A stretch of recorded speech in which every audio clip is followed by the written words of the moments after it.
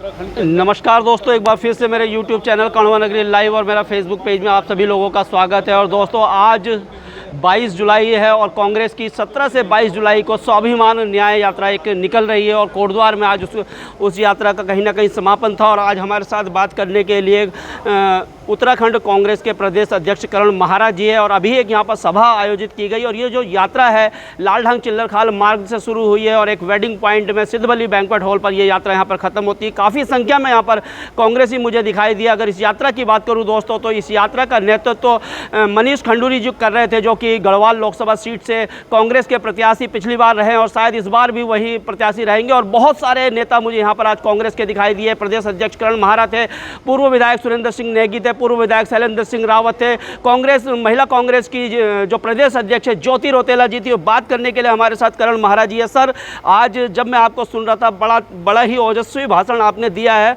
और मुझे लग रहा है कि कहीं ना कहीं आप जैसे जो युवा प्रदेश अध्यक्ष अगर कांग्रेस में आते तो कहीं ना कहीं एक आप जान फूंक सकते हैं। और ये जो पूरी यात्रा है सर, इस यात्रा का उद्देश्य क्या था सर?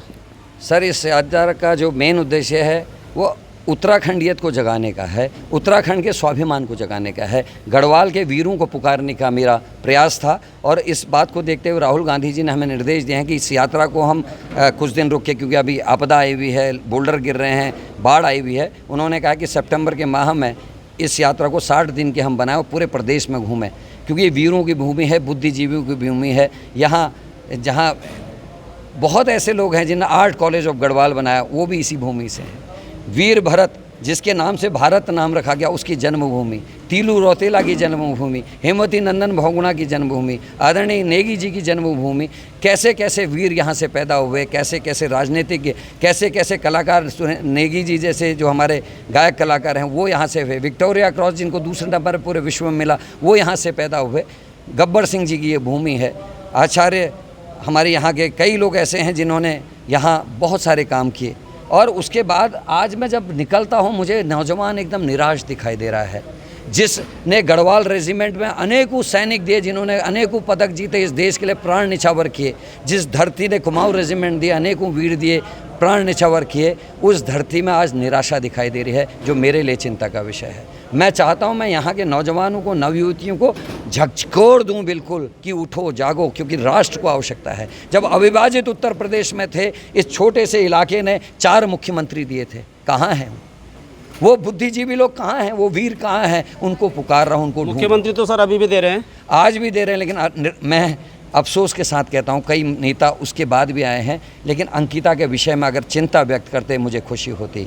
अगर वो हमारे शंकराचार्य के अपमान में कुछ बोलते मुझे खुशी होती। वो जोशी मठ के शय पे कुछ बोलते मुझे खुशी होती। अगर वो केदारनाथ के सोने की चोरी पे कुछ बोलते मुझे खुशी होती। लेकिन सत्ता के पद में आने के बाद जब आदमी अपनी जाति को, अपनी जाति को, अपने कर्म को भूल जाता है, तो मैं उसका नाम लेना उचित नहीं समझता। सतपाल महाराज ने एक तरफ महाराज होने का भी जो उनका पद थी, गरिमा थी, उसको गिराया है, क्योंकि मानव सेना को, सेवा को सबसे बड़ा कहते हैं। लेकिन अकाल पड़ा, गायब, वहाँ डंगरों के लिए तक चारा नहीं है। हरिद्वार क्षेत्र में वहाँ के प्रभारी मंत्री हैं, 6 दिन तक दिल्ली बैठे रहे। करण मेहरा पहुँच गया, करण मेहरा के 2 दिन बाद मुख्यमंत्री पहुँचते हैं, लेकिन प्रभारी मंत्री सतपाल महाराज 6 दिन बाद पहुँचते हैं। ना मंत्री के कर्तव्यों का निर्वहन करते हैं, ना संत के जो कथन है उनका निर्वहन करते हैं। तो ऐसे लोगों का नाम लेने का कोई फ़ायदा नहीं। मैं तो जो अच्छी चीज़ें मेरे गढ़वाल की उनको लूँगा। मैं तो तीलू का नाम लूँगा, जिसने 15 साल की उम्र में गढ़वाल की इज्जत के लिए लड़ाई लड़नी शुरू करी थी, और 22 साल की छोटी सी उम्र में जिसको धोखे से मार दिया गया।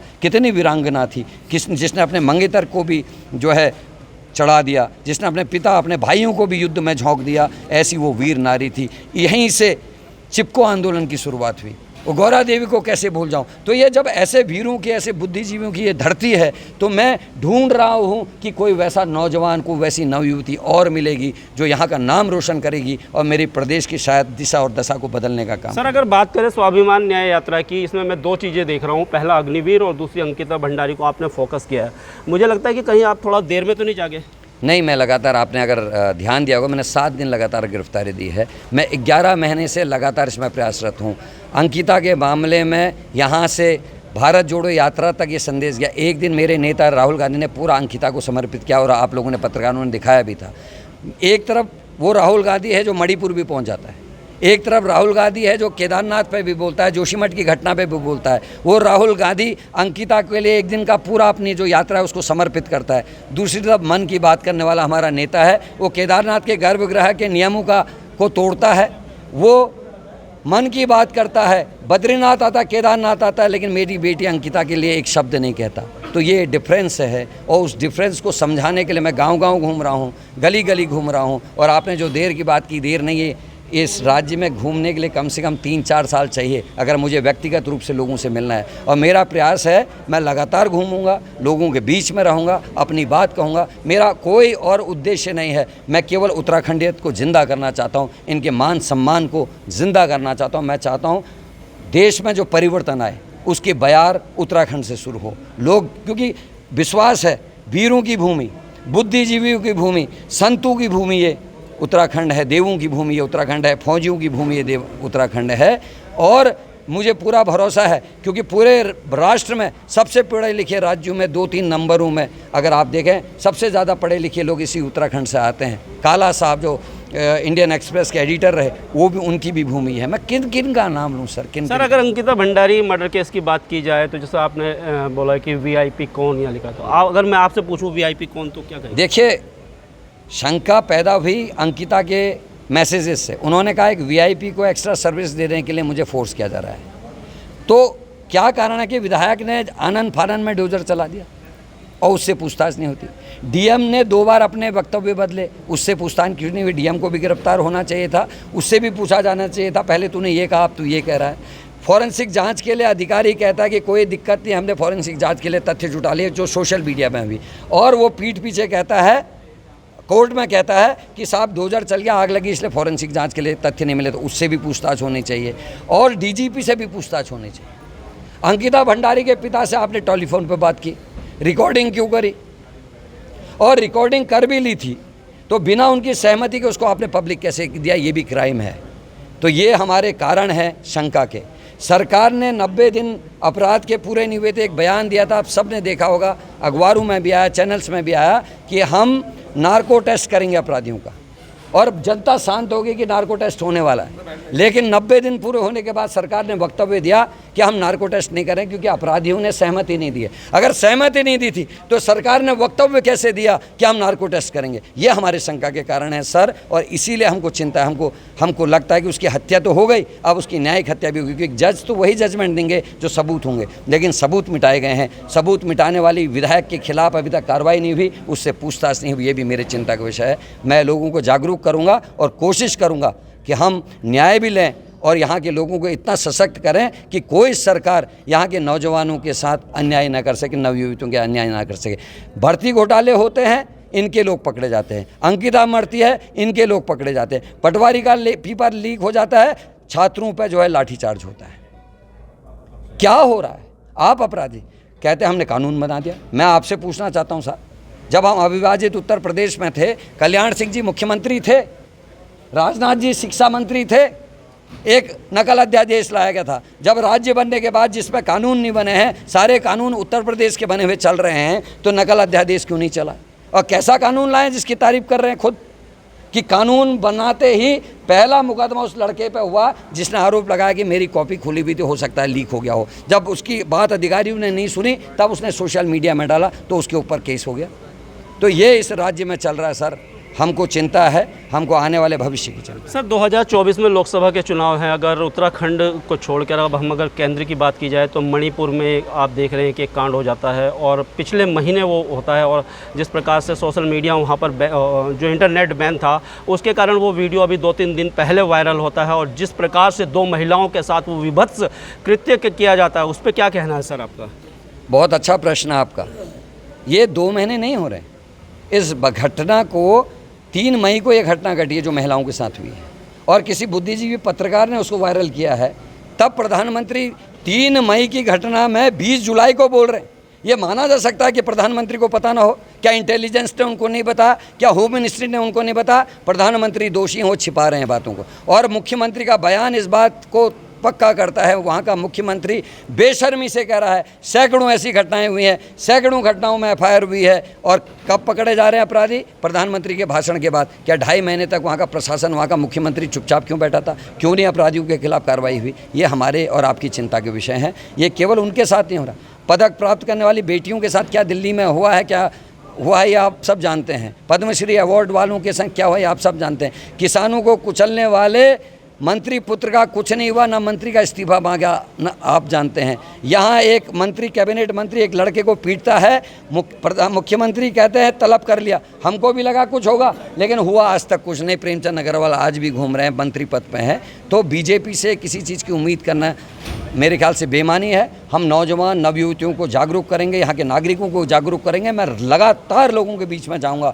और मैं भी देखता हूँ कि कब तक लोग नहीं जागते हैं, और ऐसा आंदोलन बनाएंगे ना तो इंटरनेट किसी काम आएगा, ना इनका पन्ना प्रमुख काम आएगा। हम यहाँ ऐसी लहर चलाएंगे कि सब चीज़ ध्वस्त करते हुए कांग्रेस को दोबारा विराजित करेंगे, और यहाँ हम सुशासन लाने का काम करेंगे। कांग्रेस ही थी जिसने आज़ादी दिलाई, कांग्रेस ही थी जिसने नवोदय विद्यालय खोले, केंद्रीय विद्यालय खोले, इंजीनियरिंग कॉलेज, पॉलिटेक्निक, अस्पताल, सड़कें, जो भी आप इंटर कॉलेज देखेंगे ज़्यादातर में आपको नींव जो है कांग्रेस की दिखाई देगी। हम उसी सुशासन को लाएंगे। हम शिशु मंदिर नहीं खोलेंगे, हम केंद्रीय विद्यालय बढ़ाएंगे, हम पॉलिटेक्निक बढ़ाएंगे, इंजीनियरिंग कॉलेज बढ़ाएंगे, IIM बढ़ाएंगे, होटल मैनेजमेंट के इंस्टीट्यूट बढ़ाएंगे। हम पूरे भारत और उत्तराखंड को मानव संसाधन में डेवलप करने का सपना हमारा है, और हम चाहते हैं कि यहाँ का नौजवान पूरे दुनिया में राज करे। दुनिया में अगर कोई बड़ा ऑफिसर दिखाई दे, किसी बड़ी कंपनी का कोई मैनेजर दिखाई दे, तो इस उत्तराखंड का पढ़ा लिखा नौजवान नवयुवती दिखाई दे। ये हमारा सपना है। सर, जाते जाते एक सवाल और मैं आपसे करूंगा कि जिस प्रकार से प्रधानमंत्री नरेंद्र मोदी बाहर जाते हैं तो उनकी बड़ी तारीफ़ की जाती है, उनको सम्मान भी दिया जाता है।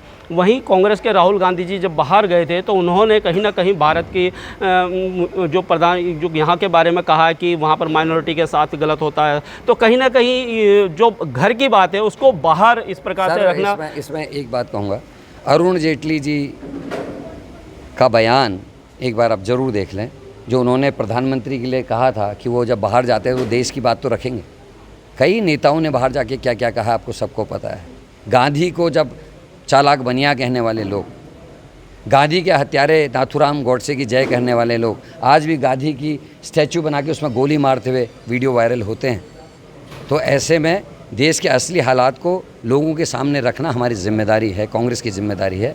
और अभिव्यक्ति की जो आज़ादी हमको दी है संविधान ने, उसका पालन होना चाहिए। आज पत्रकारों की नौकरियां जा रही हैं, रवीश कुमार से लेके बड़े बड़े लोगों के नाम हैं, अभिसार शर्मा से लेकर आपकी गौरी लंकेश को आप कैसे भूल गए हैं। उदाहरण हैं, इस देश में जो सच बोलता है उसका गला दबाया जा रहा है, अभिव्यक्ति के अधिकार को दबाया जा रहा है। इसीलिए मैं लोगों को जागरूक करना चाहता हूं, उनके अंदर बैठे वो सच्चे आदमी को बाहर लाना चाहता हूं, जो सबके अंदर है, लेकिन कहीं डर से, कहीं परिवार की वजह से वो चुप बैठा हुआ है, क्योंकि आज लोग अपने आप को सुरक्षित महसूस नहीं कर रहे। मैं उनको जगाना चाहता हूँ।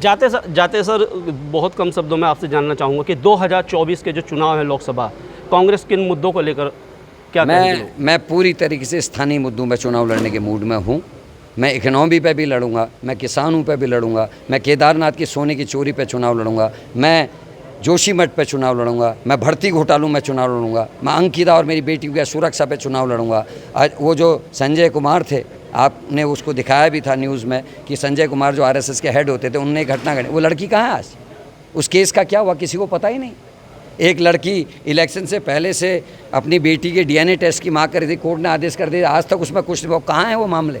मैंने इन सारी चीज़ों को लोगों के जहन में दोबारा लाना है, और देश में और राज्य में हम एक परिवर्तन लाना चाहते हैं सर। और मैं लोकल मुद्दों पे ज़्यादा लड़ूंगा। मैं इस टूटे हुए पुल पे लड़ूंगा, इस पुल के नीचे हुए अवैध खनन पे लड़ूंगा। 6 साल से हम कह रहे हैं कि धामी और बीजेपी की सरकार में अवैध खनन हो रहा है, नहीं जाग रहे। आज रितु खंडूरी ने बयान दिया, तब लोग कह रहे हैं कि हाँ हुआ है, लेकिन जब पत्रकार दिखाते हैं, जब विपक्ष के लोग दिखाते हैं, तब नहीं होता। जब विधानसभा अध्यक्ष की बात कोई नहीं सुन रहा, अधिकारी, मुख्यमंत्री, मंत्री नहीं सुन रहे हैं, तो विपक्ष के नेताओं की और आम जनता की बात कौन सुन रहा होगा? इससे आप प्रदेश के हालात समझ सकते हैं।